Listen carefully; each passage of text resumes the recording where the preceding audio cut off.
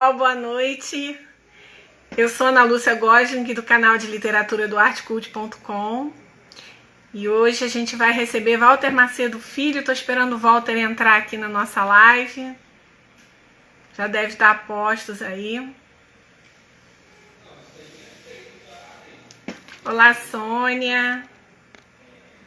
Olá, oi, Glória. Estamos esperando o Walter aqui.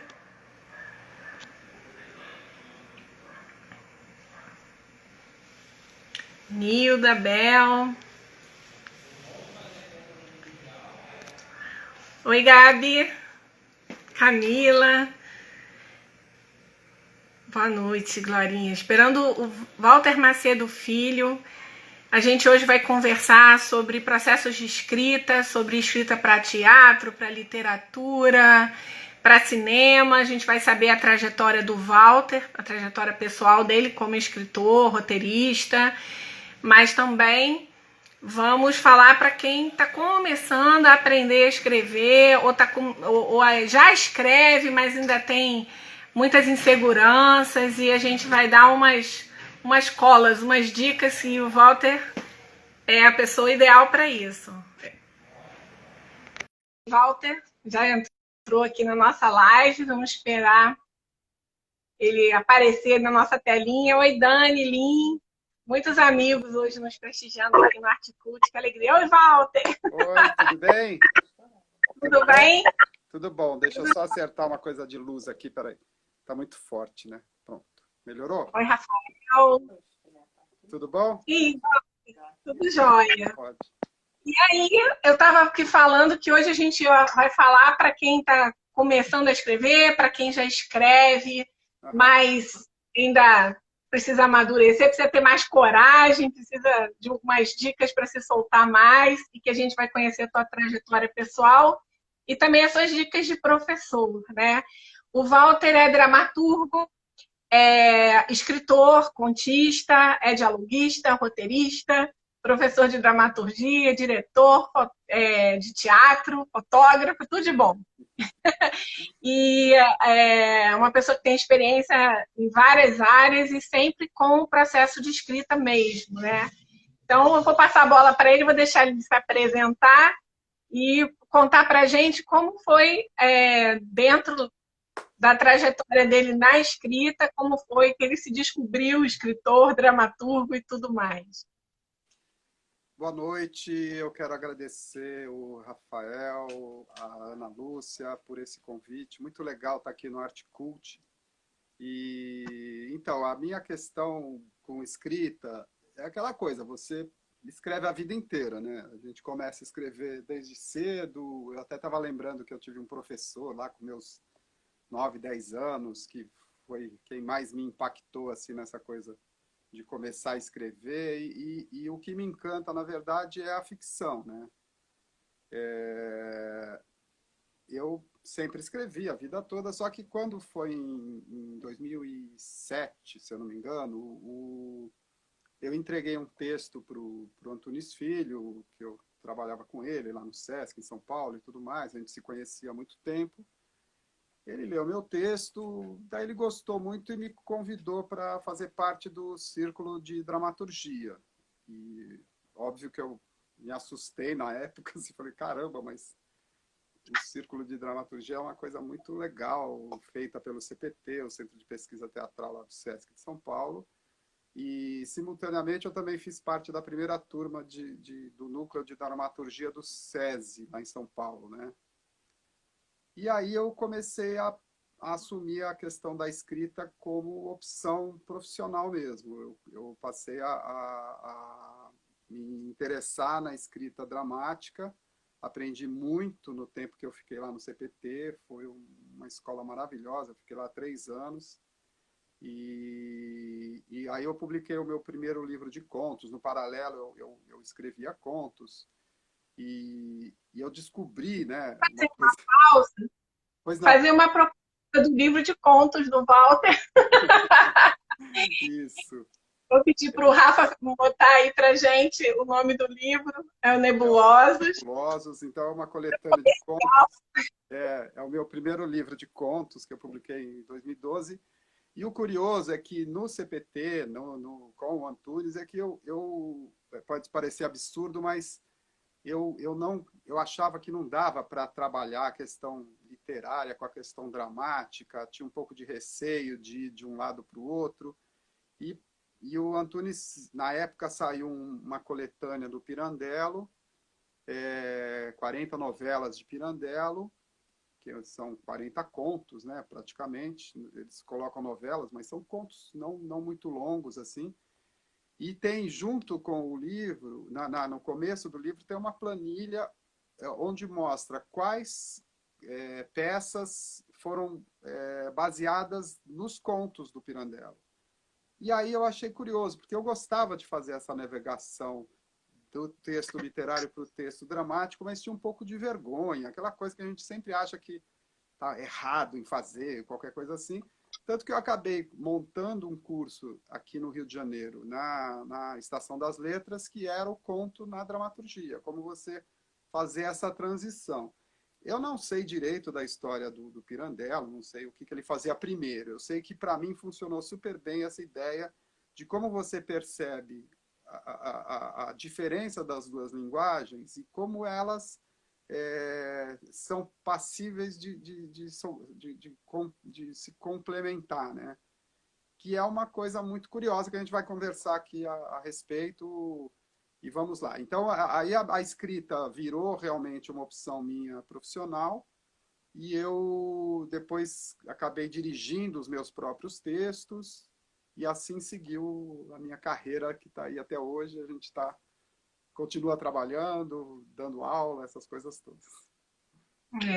Olha, tem muitos amigos entrando, eu não estou prestando atenção no Walter, eu não estou conseguindo ver todo mundo, mas vi aí a Ana Soter, Edna Soter, Beth Julião, Patrícia Ock, o Jorge Delacroix, Maria Braga, Sória, enfim. Sejam Sintam-se todos bem-vindos. bem-vindos e bem-vindos e abraçados. Você estava falando do curso que você deu no Uhum. Estação das Letras e foi a minha porta de entrada, porque a gente vai falar a seguir, né? Eu fiz Uhum. esse curso e eu me lembro que na primeira aula foi justamente eu escrevia contos, né? Uhum. Amadoramente aqui. E fui convidada para fazer o curso, para assistir uma aula experimental do conto no teatro. Fiquei encantada com a primeira aula do Walter. Eu nunca tive a pretensão de escrever para dramaturgia. No final do curso, até escrevi timidamente ali uma pecinha, mas eu fiquei encantada com aquela primeira aula, porque eu falei, eu vou ficar nesse curso, porque o que a gente está falando aqui, o que o Walter está falando aqui, serve para qualquer pessoa, qualquer autor, qualquer pessoa que escreve, né? Que era o processo de você ter tem três figuras ali, Uhum. que o Walter reforça muito isso em aula, né? Que são o eu, o autor e o personagem. E são figuras que não se misturam.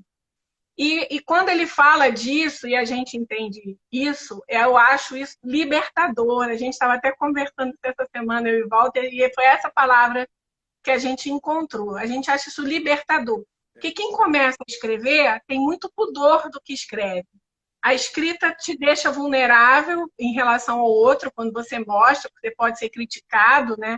Você pode Uhum. achar que escreve bem, o outro achar que escreve ruim, mas ela também te deixa vulnerável no conteúdo. Muita gente lê o que um autor escreve pensando, ele está falando de si. E isso às vezes reprime a pessoa, porque a pessoa não quer que achem que ela é, sei lá, uma assassina, uma adúltera, uma.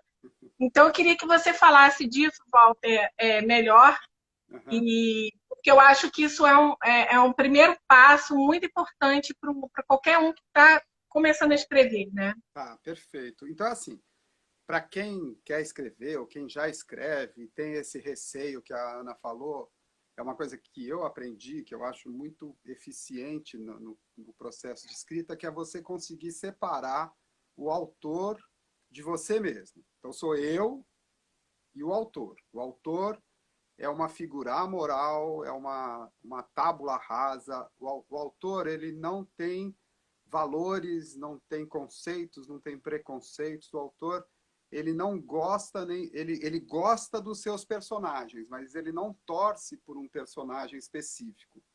Então ele precisa se desvencilhar, quer dizer, o autor, no caso, ele precisa estar longe dos meus conceitos, dos meus preconceitos, das minhas vontades, porque tudo isso atrapalha a escrita, né? Eu não posso levar o que eu acredito para o autor, porque o autor precisa criar personagens que também têm uma característica própria e que a gente não discute os valores do personagem. Eu não tenho bandido e mocinho, eu tenho seres humanos. O texto de ficção ele é escrito por seres humanos para seres humanos. Então, o que eu coloco para isso é que a gente não levanta bandeira, a gente levanta questões, né? Na ficção, eu acho que a boa obra de arte, ela levanta uma questão, ela não levanta uma bandeira. Eu não vou defender isso ou aquilo. Eu vou colocar uma questão que me incomoda. Agora, essa questão que me incomoda, quem coloca é o autor. Quando você se desvencilha do eu para o autor, a importância disso é que você consegue não dar muita... não digo importância, assim, mas você consegue não ser afetado pela opinião do outro, porque a opinião do outro, ela está falando do autor, não está falando de você. Eu sei que pode parecer uma coisa meio esquizofrênica, mas é absolutamente libertador isso. E é o seguinte, o autor ele tem que ter liberdade absoluta. Então eu não me importo como autor se eu vou ofender alguém, se alguém vai ficar chateado comigo, se alguém vai ficar preocupado, porque não sou eu que estou escrevendo, quer dizer, sou eu, mas eu passo as minhas experiências para o autor, e o autor aproveita as minhas experiências, esse autor sou eu mesmo, e coloca no personagem. Então, assim, se eu não gosto de um personagem, eu não posso ter esse personagem na minha história. Eu tenho que gostar dos meus personagens, de todos eles. Então, eu não entro na questão de valor, não entro na questão moral, não entro nisso, porque senão a minha obra fica menor, ela fica estereotipada. E uma obra estereotipada, ela é um pouco óbvia. Então, né, não é a questão assim, mas tem que ter alguém por quem o público vai torcer. Não é bem isso. Na verdade, se você caracteriza personagens humanos, as pessoas se identificam e sofrem com elas. Porque quando você vai ler um livro, quando você vai numa peça de teatro, quando você vai assistir um filme, é você consigo mesmo, mesmo que você vá acompanhado, mas é você que está apreciando aquilo e você absorve aquilo com as suas informações, com os seus conceitos, a sua ideia de mundo. Então, essa primeira parte de você conseguir se separar do autor é fundamental para você ter coragem de continuar o seu texto sem se preocupar com o público.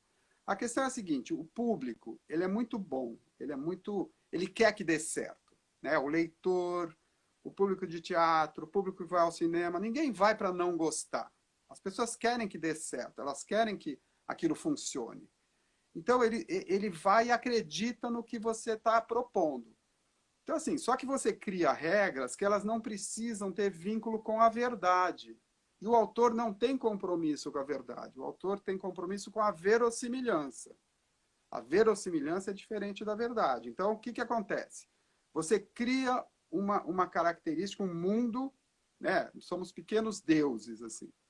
Criamos mundos e criamos pessoas. A regra que eu crio para esse mundo, o público aceita. Ele fala, então tá legal, as pessoas vivem no fundo do mar, não importa como respiram, nada disso, mas a minha história começou no fundo do mar. Você, como autor, não pode quebrar essa regra. Isso é a verossimilhança. Então, tudo caminha de uma forma coerente dentro da sua história. E o público, como ele quer que dê certo, ele quer gostar do que você está fazendo, ele vai acreditar. Agora, não traia o público, entendeu? Essa que é a questão. Não mude a sua história de uma hora para outra, perdendo a questão da verossimilhança, porque aí a pessoa sai da sua história e desiste. Então, assim, o que eu acho principal no caso de quem quer escrever é conseguir, aos poucos, e se libertando do eu, dos meus conceitos, dos meus valores, e escrever como autor, um autor que é amoral. Ele não deixa de gostar de nenhum personagem pelo que o personagem faz, pelo que o personagem pensa, pelo que o personagem é. Porque são personagens que eles são arquétipos de seres humanos reais. Então é isso que você precisa tentar fazer num primeiro momento, é se libertar, achar, não ter receio do que as pessoas vão te dar de retorno. É importante o retorno do público, é muito importante. Só que você aproveita aquilo que é útil para o autor. O resto você joga fora. Essa é a questão. Deixa eu fazer um registro aqui, que eu vi que entrou na nossa live um outro professor muito querido meu, que é a Luiz Antônio Aguiar, que Muito obrigado. também é generosíssimo na ajuda, né, para a gente criar universos, personagens, e, enfim, vou mandar um beijo para ele. Tem muita gente entrando, de novo, a gente não consegue, né, Walter, ver, mas eu vi aí o Said também, eles Said, que é colunista também de literatura aqui do Artcult, a Ângela Pataro, que é atriz, a Regina. Tem muita gente entrando e muita gente respondendo positivamente a isso que você está falando, né? Achando interessante a descoberta de que o autor pode ser livre. E assim como o autor, a gente também não deve poupar os nossos personagens, né, Walter? Você tem uma frase que eu adoro, que é,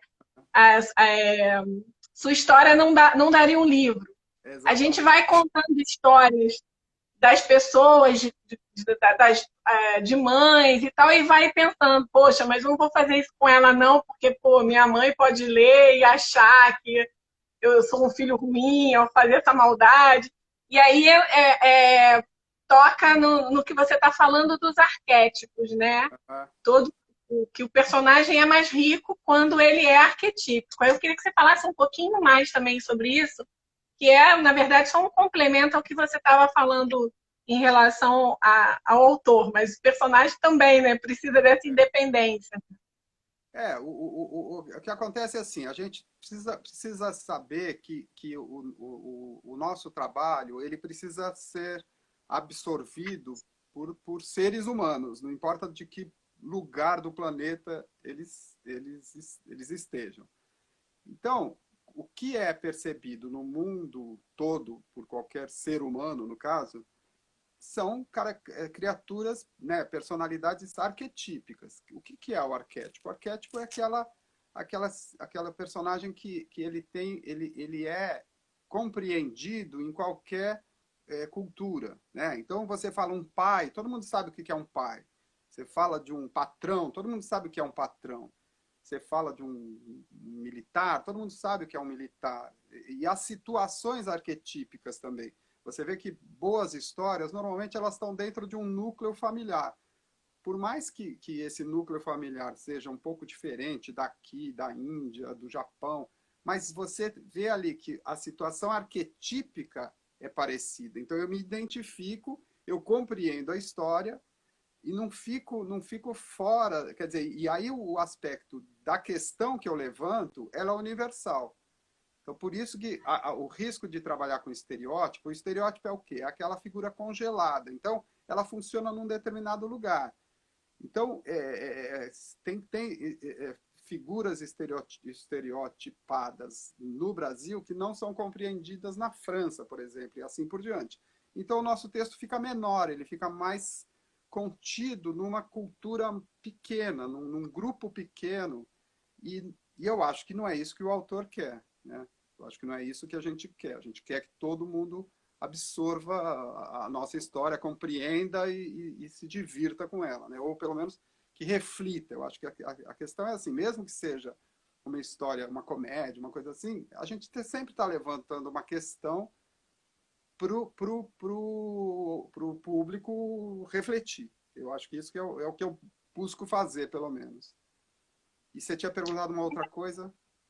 Assim, não, na verdade tem duas perguntas aqui. Uma da Ana Calomene, acho Hum. que baseado no que você está falando, ela pergunta se o Woody Allen brinca com isso no Desconstruindo Harry. Se você acha que isso acontece.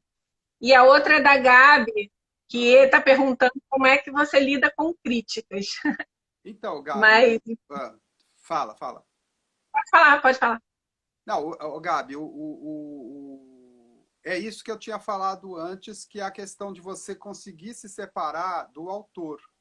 Se você trabalha como autor, né, não é você que está sendo criticado, é o autor. Então, ninguém vai, mesmo que as pessoas acreditem, mas, sei lá, ele está falando de um personagem que, sei lá, que o cara ele é violento com os filhos. Então, assim, não sou eu que sou violento, é o personagem. E quem criou esse personagem foi o autor.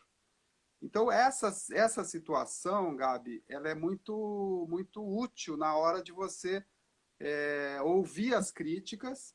As críticas são muito bem-vindas e você aproveita aquilo que lhe é útil da crítica. Aquilo que você acha, você vai entender como o seu texto chegou a partir do que você ouve de pessoas próximas ou não.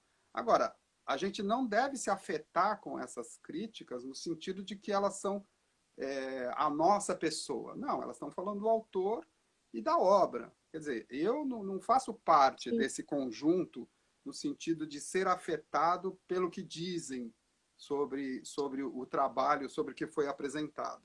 É isso. E isso ajuda também, porque a pessoa que está começando a escrever e tudo, porque você vai ouvir críticas, né? Nem Uhum. todo. Você começa mostrando ali para amigo, para família, de repente a pessoa vai achar bonitinho, né? Mas tem uma hora que você vai expor o seu texto no mundo e vão vir críticas. E aí você precisa entender que não é uma crítica pessoal, né? Se a Exato. pessoa disser eu não gostei do seu texto, não é que ela não goste de você. Ela É, não gostou de alguma abordagem, do seu estilo, ou um tratamento que você deu ao personagem, e aí você leva aquilo e reflete, né? exato. Muda ou não. Você não escreve para deixar na gaveta. Então, a hora que você colocar para o mundo, óbvio que alguém vai te dar um retorno. Esse retorno é importante. Eu acho que é mais um retorno do que uma crítica. Acho que a crítica é Verdade. um termo um pouco equivocado. Assim. São retornos que as pessoas dão. Algumas acham legal, outras nem tanto. Mas eu acho que não é a crítica no sentido da pessoa vir e espinafrar o que você fez. E se ela fizer isso, ok, você ouve, absorve, aproveita aquilo que te é útil, porque não é você que deve ser afetado nisso. Não é? Isso não pode te paralisar.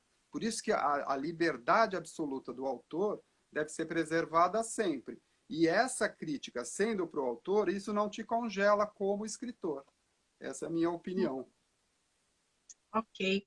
O Walter, o É, Luiz Antônio está perguntando se você usa arquétipo no sentido junguiano. isso mesmo, Você isso seria. mesmo.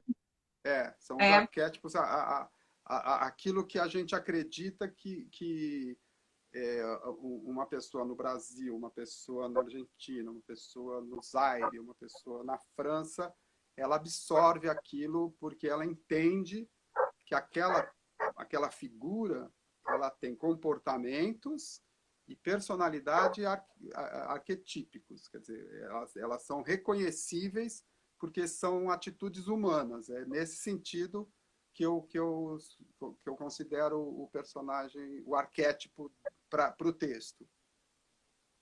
e o Rubens Camelo está na nossa live também. O Rubens é ator, diretor, estava na última peça. Daqui a pouco a gente fala da peça, do fim da psiquiatria, que Walter dirigiu e escreveu. E ele está perguntando aqui qual o seu estilo de texto preferido. Olha, a Entre questão é assim, vários. eu acho que o texto, eu acho assim, eu, por opção, eu tento escrever, eu tento fazer textos literários, né, escrever contos, e textos dramáticos, que é teatro e roteiro de cinema, roteiro de série, essas coisas. Eu acho assim que quem domina o texto dramático para teatro consegue fazer o resto. Por quê? O teatro, na minha concepção aqui, o texto, quer dizer, o texto para teatro, ele é um texto que você só tem o diálogo. Quem consegue escrever texto de teatro, quem consegue escrever diálogo, faz o resto, entendeu? Porque assim, você precisa. A única ferramenta que você tem numa peça de teatro é o diálogo.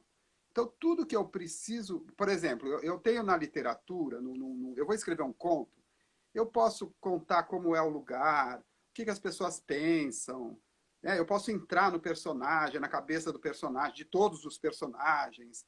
Eu posso fazer o que eu quiser para explicar a história.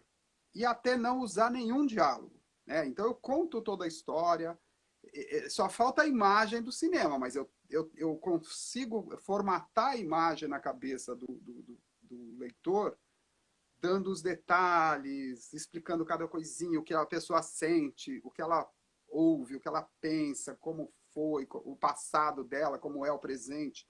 Então eu tenho um texto narrativo que eu consigo explicar tudo. No cinema, no audiovisual, eu tenho na minha mão o apoio da imagem e do som, né? Quer dizer, não que eu não tenha isso no teatro, mas assim, na hora de escrever, eu posso ter um texto que quase não diz nada e eu descrevo as imagens, quer dizer, você tem uma série de filmes que tem pouquíssimos diálogos e você assiste o filme todo e a história é toda contada através da imagem. Ok. Agora, no teatro, eu que estou escrevendo para o teatro, não sou eu que vou dirigir nem nada disso, né? Estou escrevendo uma peça, eu só tenho diálogo. Agora, como é que eu vou explicar para o público quem é aquele personagem, como ele vive, o que ele pensa? É só no diálogo. E eu não posso colocar na boca do personagem, o personagem não pode virar um ventríloco meu. Eu não posso deixar o público perceber que é o autor que está falando. Então, a conversa dos personagens é que vai contando essa história. Então, nesse caso do Pirandello, é muito curioso, quem tiver interesse, você tem o conto, que é esse livro, é uma coletânea da Companhia das Letras, chama 40 Novelas de Luigi Pirandello. E você tem as peças de teatro. Então você consegue ver como ele faz essa transição, que é genial. Eu mostrei isso no curso. Você lê a peça e você lê o conto. Você fala, caramba, é a mesma história, mas como é que isso é diferente? Aí você consegue enxergar a diferença. E aí você percebe uma coisa que eu acho mágica, assim, que é o nascimento de um personagem. Como é que nasce um personagem? Para que serve um personagem? O personagem serve para contar a sua história. Parte dos personagens que entram na sua história, no caso do teatro, eles servem para ajudar a compor a história. Então eles vêm e conversam sobre coisas e vão dando dicas e não sei o que. O público, sem perceber, vai entendendo tudo. E é só no diálogo, é só na conversa. Então, quando você domina a técnica do diálogo, o resto eu considero relativamente mais fácil. Não digo, óbvio, tem a questão do estilo, tem uma série de coisas, mas se você domina o diálogo, o resto você se vira, entendeu?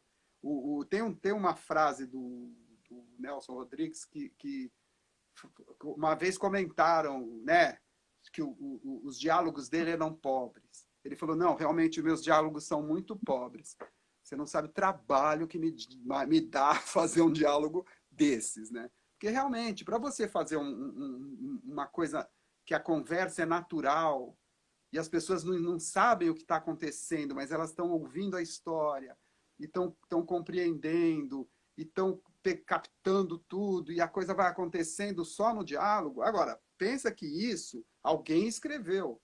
Quer dizer, quando o diretor vai lá e monta, é outra história, mas só que o diretor tem que ler o seu texto, gostar dele, e o seu texto só tem diálogo. Tem 3, 4 rubricas lá, que é para ajudar a sua história, mas é só diálogo. Então, para mim, o texto que eu mais aprecio para escrever, que eu acho que dá mais prazer, e é o mais complexo, eu acho, é o texto de teatro. É isso. Eu parei no seu curso porque eu achava a coisa mais difícil do mundo escrever diálogos, inclusive nem pensando em teatro, mas até em botar dentro de uma crônica ou de um conto, né? Uhum. Porque como você tem que. A fala tem que ser uma fala que, ao mesmo tempo que é literatura, tem que ser bem natural, verossimilhante, né? Você não pode Coloquial. falar imposto. Essa Então, conversa assim, coloquial, é. Uhum. né? Então, assim, eu adoro essa frase do Nelson Rodrigues que você citou aí, né? Que me deu muito trabalho empobrecer minhas falas, né? Porque ele tinha que falar como se fala, ele tinha que falar de uma forma rica, né? Nelson Rodrigues é uma referência, né? Como dramaturgo, como cronista também, como escritor. E ele ainda tinha, como todo dramaturgo, tinha a obrigação de o seu diálogo também ter ser funcional dentro da história, né? Mostrar É, quem é o personagem, como ele exato. pensa, como. É. Não, Então, e tem uma frase, acho que é do Freud, se eu não me engano, que ele fala assim: quando Pedro fala de Paulo, eu sei mais sobre Pedro do que sobre Paulo. E é isso que você tem que fazer. A fala do personagem tem que falar quem ele é, mesmo que ele fale de terceiros. Mas eu conheço o personagem a partir do que ele fala e do que ele faz, né? E a outra coisa que eu acho que é fundamental na questão da escrita é que quanto mais você mostra, mais rico é o seu texto. Quanto menos você narra e mais você mostra, mais rico é o seu texto. Então, assim, mostra o que o personagem faz, mostra o que acontece, mostra como é que funciona aquele núcleo, aquela sociedade. Se você mostra, é uma coisa. Agora, eu falar, né, você tem que meio que eliminar os adjetivos do seu texto, o máximo possível. Mas você tem que mostrar. Mostrar, mas o cara tá chateado. Não, como ele tá chateado? Mostra para mim, né? Mas ele é um ignorante. Como ele é ignorante? Mostra para mim. É isso. Se você chega nesse ponto, aí o seu texto beira a perfeição, eu acho. Assim. Walter, já tem um monte de gente perguntando aqui quando é que você vai dar curso. A gente vai falar no final, pessoal. É A isso Ângela aí. a Ângela Pataro também fez uma pergunta, Ângela, que eu vou deixar um pouquinho para o final, que tem a ver com o que a gente vai falar mais para o fim.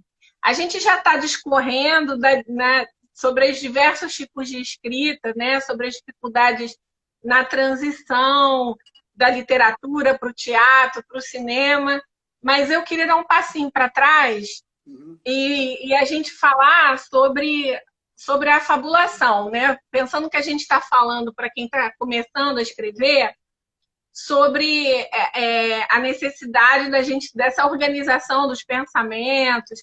Eu tenho um texto até que eu escrevi há uns anos aqui para o Articult, que é um texto que não é sobre fabulação, é sobre a não erudição da literatura, porque a gente pensa na literatura como, sei lá, Machado de Assis, mas em literatura também é o cordel, os autos populares, né? Uhum. Então, eu falando sobre isso, eu falei sobre o fato da fabulação ser inerente à humanidade. Né? A gente, lá de trás até hoje, a gente tem passado toda a nossa cultura religiosa, social, as nossas crenças, os nossos mitos, as nossas lendas, através da fabulação. A gente organiza aquilo num pensamento, conta aquelas histórias para a geração seguinte, ou dentro do nosso grupo social. Então, eu considero que todo ser humano é um escritor em potencial, Exato. porque é da gente essa Exato. necessidade de fazer essa organização mental e acrescentar detalhes, acrescentar uma emoção quando conta uma história. Então, eu queria falar, como a gente está falando para quem está começando a escrever, eu queria que você falasse um pouquinho da fabulação Uhum. e de como, às vezes, com a gente, com os alunos, você faz o gatilho, né, para pensar É, na história como e isso. se acontecer. É. Você É, pode falar um pouquinho? então, é isso que você falou. Quer dizer, todo mundo, eu acho que todo mundo consegue escrever porque todo mundo sabe contar história. Ah, mas eu não sei contar história. Você sabe, porque você chega em casa e você fala como foi o seu dia. Você conta uma piada. Você narra um fato que aconteceu com você a semana passada. Isso é contar história, né? Tudo bem que você está baseado na sua vida, no seu, mas todo mundo sabe contar história. Depois tem a técnica de você ir trabalhando isso de uma maneira mais literária, mais dramática, etc.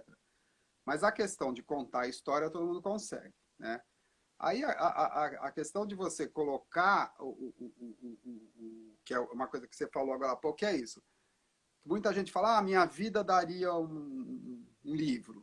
Aí, infelizmente, eu digo que não daria. Por quê? Porque a nossa vida importa para a gente. E o que acontece? A nossa vida ela está contaminada com uma série de informações que são nossas. O autor pode pegar coisas da nossa vida e aproveitar. Agora, é impossível você transmitir para o outro a emoção que você sente só por um fato que aconteceu. Porque a emoção que você sentiu naquele fato, ela é carregada de uma série de outras informações. Então, o fato de você, sei lá, perder um cachorro, que você não consegue transmitir para o outro o que é aquele cachorro para você, não significa nada para o outro. Agora, se você consegue pegar o autor, pegar essa experiência da morte do seu cachorro, trabalhar em cima disso, e transmitir a emoção, mas de uma maneira arquetípica, quer dizer, que todo mundo compreenda, aí ok. Então, assim, não é desmerecendo a vida das pessoas, mas a vida, a nossa vida daria uma história, um filme, um livro, é um pouco enganoso. Agora, as nossas experiências para o autor são fundamentais. Agora, as nossas experiências, as experiências dos outros, o que acontece no entorno, tudo tem o mesmo peso para a gente. Não é o que eu vivi é mais importante do que uma coisa que eu assisti. Às vezes eu assisti uma coisa no cinema que aquilo mudou a minha cabeça e eu não vivi aquilo. Mas eu vivi aquilo de alguma maneira, né? Mesmo não estando lá presente.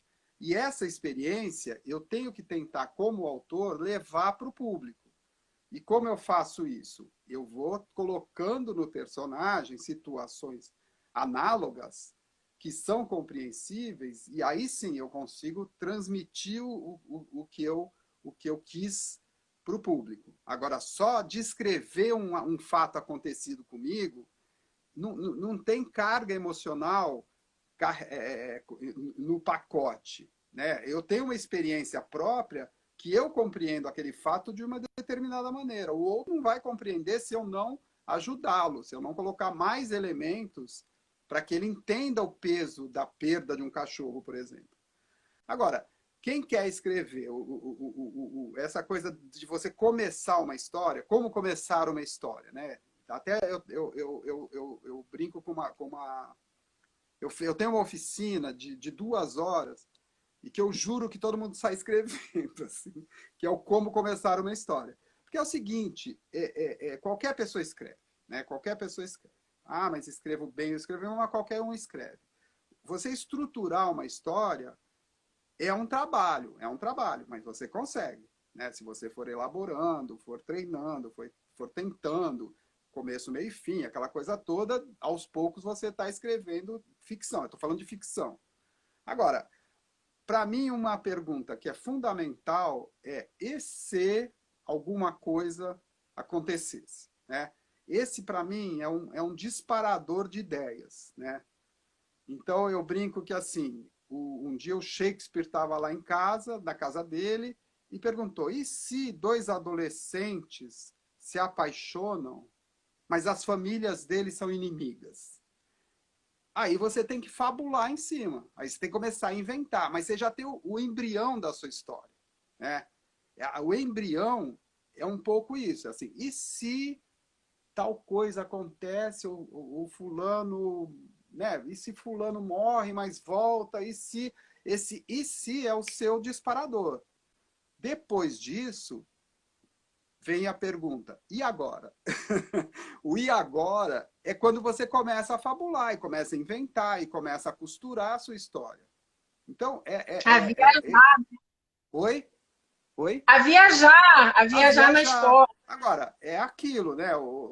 Você escreve com vinho e corrige com café, né? Então, libera a coisa. E outra coisa, esqueça de ter um final, né? Abandona o final. Não se preocupa com aonde a história vai. Porque se você tenta levar a sua história para um final, você vai conduzi-la de uma maneira torta. Você vai obrigar a sua história a chegar naquele final. Então, quando você começa uma história, deixa ela ir embora. Porque às vezes você começa por um personagem e aparece outro personagem que te encanta mais. E que aquilo tem mais a ver com o que você quer falar. Então, deixa a sua Fala, história caminhar. Oi? fala daquela frase do cachorro, do. Ah, é. Não, tem uma história que eu não sei se é verdadeira, mas que eu acho super cabe, que o Jorge Amado estava lá na varanda escrevendo, não sei o quê. Aí chega a Zélia Gattai, ele chama, Zélia, vem cá. Aí ele, o que foi? Aí ele fala assim, apareceu um cachorro. Aí ele falou, apareceu um cachorro na história dele. Ele estava escrevendo, apareceu um cachorro. Aí ela falou, e agora? Eu falei, agora o cachorro vai continuar, né? Porque aí que tá, você não sabe por quê, mas você tem que manter, porque a sua cabeça vai funcionando de determinada forma, você não sabe, mas ela está querendo ir para um canto. Então deixa a coisa fluir. Agora, quando você coloca um ponto final e você quer chegar lá, provavelmente você vai mutilar as suas melhores ideias, porque você vai começar a cortar caminho para chegar num final. Então, eu não acredito que uma história tenha que ter um final prévio, né? Eu acho que a história tem que ter um começo. Ela pode começar até no meio, depois você ir lá para trás e rever o começo ou qualquer coisa assim. Agora, esqueça de levá-la para um final, porque senão a tendência nossa é o aspecto moralista da coisa. Você quer colocar a sua história, enquadrar ela numa ideia que não é do autor, é sua. Você está querendo obrigar a sua história a chegar num ponto que o autor não quer. Então, deixa o autor livre para ir escrevendo, ir criando, porque é o seguinte, daqui a pouco os personagens começam a ser tão próximos de você, você começa a conviver com eles de uma maneira real, assim. Aí eles começam a... Eles ganham uma vida tão própria que eles conduzem a sua história. Porque você começa a saber como eles pensam, como eles agem, o que eles querem. Como você não julga, você como autor, você não julga a atitude desses personagens, eles vão andando, eles vão andando. E aí a sua história vai fluindo. Vai lá. Walter, tá tão bom aqui. A gente já tem mais de 40 minutos de live. Já Ai, caramba. 40 minutos de live, assim. E muitas coisas para falar. E, infelizmente, eu não consigo. Olho, né? Presto atenção em você e perco aqui muita coisa. Mas, em relação ao que você está falando, eu acho importante a gente falar que a gente está fornecendo, você falando aí, são caminhos, são pistas, mas nada está engessado, né? Existem livros que o autor escreveu já sabendo do final. E aí montou, talvez, lá Não, desde o início, uma coisa, óbvio. mas, Uhum. né, Não, mas é no sentido da liberdade, né? De você tirar exato. essa É, paranoia de ai, onde eu vou chegar, como, né? Então, assim, é importante você escrever com o máximo de alegria, vamos dizer assim, é, e liberdade e entender que é um trabalho, né? É um trabalho de carpintaria. Eu estou brincando aqui falando é que verdade. todo mundo é um escritor em potencial, mas é lógico que poucos são grandes escritores, né? E é um Agora, trabalho. a questão é assim, o que eu acho que é estimulante para o autor, né, você que quer escrever, é que você tem que criar dificuldade para o personagem e para você. Né? Quando você chega num ponto e você dá uma escapada pelo lado mais fácil, aí a sua obra cai de qualidade. Tá? Então, assim, cria uma dificuldade para o personagem. Agora, evita resolver no tiro ou na porrada, entendeu? Né? Né? Porque às vezes a história está indo bem, não sei o quê, aí o que acontece? O cara é atropelado, toma um tiro, apanha ou qualquer coisa assim. Só que aí você facilita para o personagem e para você como autor. Agora, quando você chega num ponto complicado, tanto para o personagem como para você, autor, isso vai maturando na sua cabeça. Então, aí você deixa lá o seu texto um pouquinho de lado, uma semana, 15 dias, depois você volta. Quando você voltar, às vezes a história já vem inteira. Você fala, caramba, é isso, era tão óbvio. Agora, esse óbvio, ele só vai surgir se você deixar essa dificuldade na sua cabeça de autor e a dificuldade do personagem. Então, quando vocês forem assistir determinados filmes a partir de agora, e peça de teatro, ou mesmo lendo um livro, vê que a qualidade do livro ela está na complexidade da trama, aí a trama vai indo para um lado que você fala, caramba, como é que esse autor, no caso, né, você que está preocupado com o autor, mas pelo menos, como é que esse personagem vai sair disso? E aí, quando ele sai de uma maneira criativa, você fala, caramba, que legal, né? Que legal, porque o cara teve uma ideia muito boa para resolver uma questão que ele colocou para o personagem. O personagem tem que ter dificuldades, tem que ter problemas para resolver, e esses problemas, eles rebatem no autor. É o autor que tem que resolver esses problemas, mas que não sejam saídas óbvias, saídas fáceis, sejam saídas criativas, né? Às vezes são saídas óbvias, depois de você ter maturado isso, você fala, caramba, só podia ser isso. Só que esse só podia ser isso não é necessariamente o que você pensava uma semana atrás, que a sua saída era um pouco óbvia, um pouco ingênua, né? Um pouco simplista demais. E quando você deixa a coisa andar, e essa coisa anda, e você se obriga, como autor, a encontrar uma saída, uma alternativa criativa, aí o seu texto cresce de qualidade pra caramba. É. Walter, infelizmente, a gente só tem mais 15 minutinhos. Aham. E eu queria que a gente ainda pudesse falar. Muita gente está fazendo coro aí ao que você está falando nesse momento, né? Dizendo que é um trabalho de construção, que não é simples, né? Mas, enfim, é apaixonante para quem gosta de escrever, né? Ah, mas tem uma coisa, só um parênteses, assim, escrever é todo dia, tá? Então, assim, não dá para você fazer, não é que nem jogar futebol de fim de semana, escrever é todo dia. Ah, mas eu não consigo. Consegue. Escrever todo dia pode ser uma frase, mas é todo dia, né? E é no horário, no local. A disciplina da escrita é fundamental. Nem que você sente na frente do papel, fique olhando as mesmas frases que você escreveu ontem, relê o que você escreveu, corrige meia dúzia de coisas, mas debruça no que você está fazendo. Anota algumas coisas, mas escreve todo dia. 10 minutos, 15 minutos, mas que seja todo dia. Não dá para... Isso é fundamental. Sem isso, não rola. Entendeu? Não dá para ser um autor esporádico, assim. Isso aí vai ao encontro da pergunta que eu disse à Ângela que a gente ia falar no final, né? Sobre a disciplina de escrever, que é exatamente o que você falou, né? A Uhum. gente tem que escrever sempre, todo dia, enfim, tem que Todo ter o dia. hábito de escrever e cada vez vai escrevendo melhor. Né? Ninguém começa escrevendo um Exatamente. romance de 300 páginas É. maravilhoso, né? Prêmio Jabuti. É um trabalho de Não, e amadurecimento. assim, mas que você não escreva, mas que você pesquise. Então, assim, mas eu quero, como é que eu vou pesquisar sobre um personagem, não sei o quê? Psicologia, filosofia, tá tudo aí.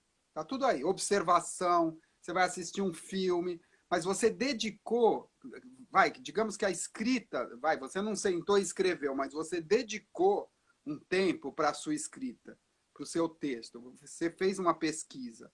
Essa disciplina, você começa depois a sentir muita falta de fazer isso. Você fala, caramba, mas eu preciso escrever, passa a ser orgânico, essa necessidade. E você só faz isso se você conseguir se disciplinar, criar um horário, um local para você escrever. Tá? Eu É, adoro o horário da manhã, assim, mas cada um tem o seu horário. Fala.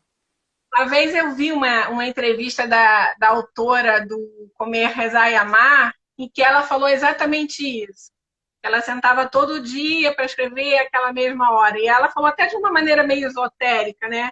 Uhum. Que o fato dela ter criado esse hábito naquela hora já disparava nela uma espécie de conexão, né? Com o É, que estava no ar e tal. Porque ela tinha aquele hábito diário, frequente, e já no momento que ela falou, já há longo tempo, né? Walter, nós temos 10 minutos. caramba. E temos aqui,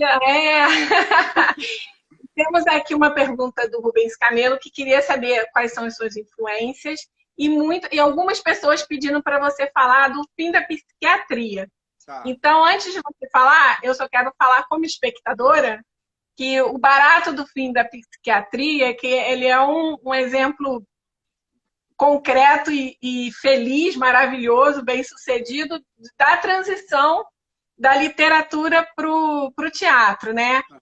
A peça são contos do Walter que viraram esquetes, né? E foram dirigidos por ele, interpretados por atores maravilhosos.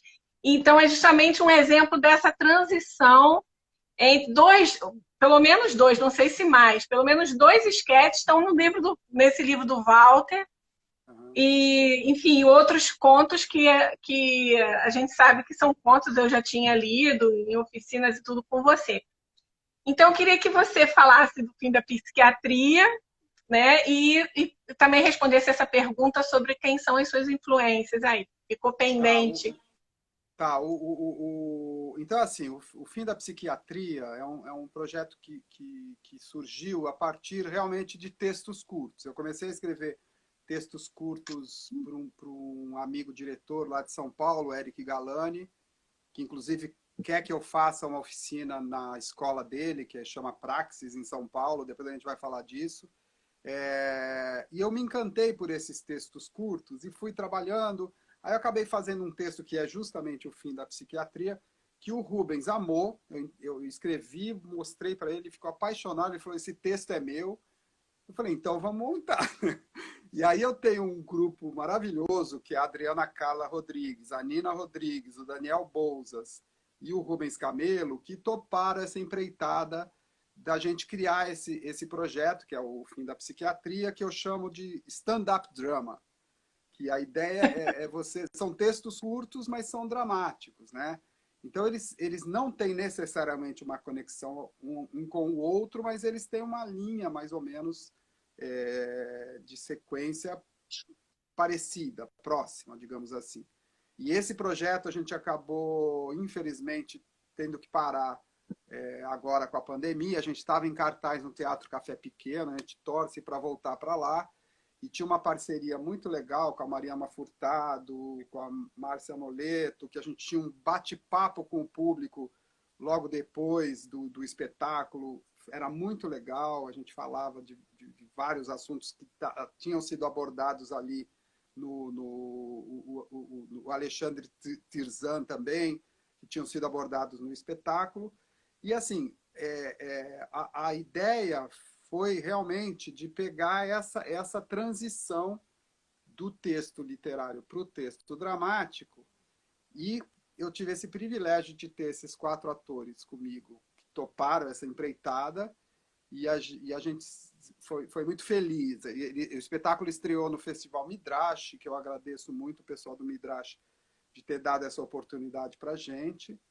E depois a gente conseguiu ficar em cartaz no Café Pequeno, primeiro em 2019, nos meses de setembro e outubro, e agora a gente voltou em fevereiro. Quando estava em março, a gente entrou em cartaz aos sábados e domingos e tudo mais, e infelizmente entrou a pandemia, a gente teve que parar o nosso projeto. A gente está elaborando algumas coisas para ver se a gente consegue fazer online, né, como todo mundo está tentando. Ainda elaborando coisas. Se E assim, reinventar, né? Oi? Tentando Oi? se reinventar, né? Pois é. E assim, as minhas maiores influências são Guimarães Rosa, em primeiro lugar, Nelson Rodrigues, Thomas Bernhard, Rubem Fonseca, Dostoiévski e o Jair Ferreira, que é um professor que eu gosto muito, agradeço muito a Suzana Vargas também de ter me dado essa oportunidade de fazer o curso lá no Estação das Letras. Lá eu era aluno e professor. E o Jair me deu um livro que eu achei muito legal, e ele falou uma coisa que eu achei curiosa. Ele falou que ele entendeu que o meu tema era o mal. E eu falei, cara, acho que é isso mesmo. Acho que, né? Mas é o mal da humanidade, assim, mas não é a Humano, é. maldade. Não Humano, é a é. maldade, não é mas é o mal que a gente, infelizmente, passa. E assim, eu realmente acho que eu não consigo escrever comédia, não consigo ter um lado humorístico nos meus textos, mas, por outro lado, eu não me vejo como uma pessoa que caminha deprimida pela face da Terra, entendeu? Então, é possível você fazer as duas coisas. Porque é o autor que está fazendo, não é você. E o que você... Hã? O quê? É isso que eu ia falar, porque não é você, é o autor. Exatamente. Então, como o autor é livre, né? E outra coisa, a gente não deve levantar bandeira, a gente deve levantar questões. Eu acho que o texto, quando ele levanta uma bandeira, ele empobrece, ele é uma coisa menor, porque ele trata de um assunto que ajuda uma categoria, digamos assim, mas para ali, né? Quando você levanta uma questão, essa questão ela é humana. Então, essa questão humana ela é cabível para qualquer ser humano. Né? Então, evitem levantar bandeiras. Né? Procurem levantar questões nos seus... E não se preocupem necessariamente com uma história que tenha fim. Né? A história não precisa ter fim. Ela levanta uma questão tão importante e depois as pessoas refletem a respeito. Se você tiver um fim, ok, mas não precisa. Finais em aberto me encantam. É isso aí.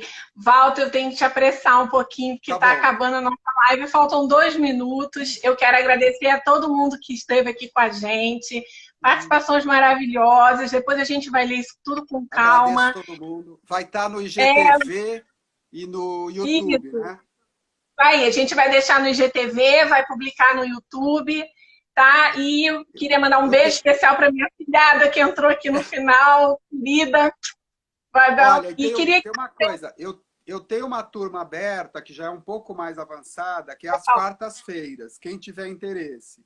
E eu devo abrir uma turma nova com o Eric Galani, que eu vou informar a quem quiser. E assim, quem tiver interesse de bater um papo comigo, a gente continuar essa conversa, manda um e-mail. O Rafael colocou esse e-mail aí. Vamos continuar esse bate-papo. E quem tiver interesse em fazer o curso, eu tenho essa turma aberta às quartas-feiras.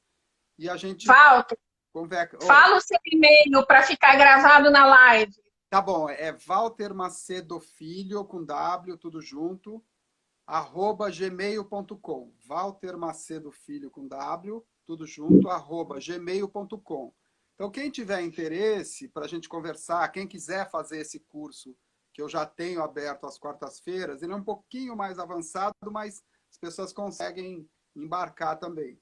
E eu devo abrir essa turma com o Eric Galani na Praxis, a escola do Eric. Então, provavelmente online por enquanto, e a gente vai divulgar isso assim que possível, assim que tiver tudo isso costurado. Eu que estou devendo uma data, uns detalhes lá com ele para ajustar. E agradeço todo Walter, mundo. Foi muito legal conviver com vocês aqui e seria muito bom se a gente pudesse continuar batendo esse papo, mas tem esse tempo aí. tem um monte de gente pedindo a live Eu 2. agradeço muito você e ao Rafa de me convidarem para essa live. Fiquei muito feliz pelo convite. Muito obrigada, Walter. Nós estamos felizes em te receber aqui, felizes. E eu sou sua fã, sou sua aluna. Acho que a gente trouxe várias questões que acrescentaram muito. Um beijo grande para você. Muito obrigada por topar a live. E a todos, boa noite. Obrigado. E escrevam, escrevam. Deixem o autor escrever e escrevam todo dia. Aí é fundamental. Tchau, gente. Valeu.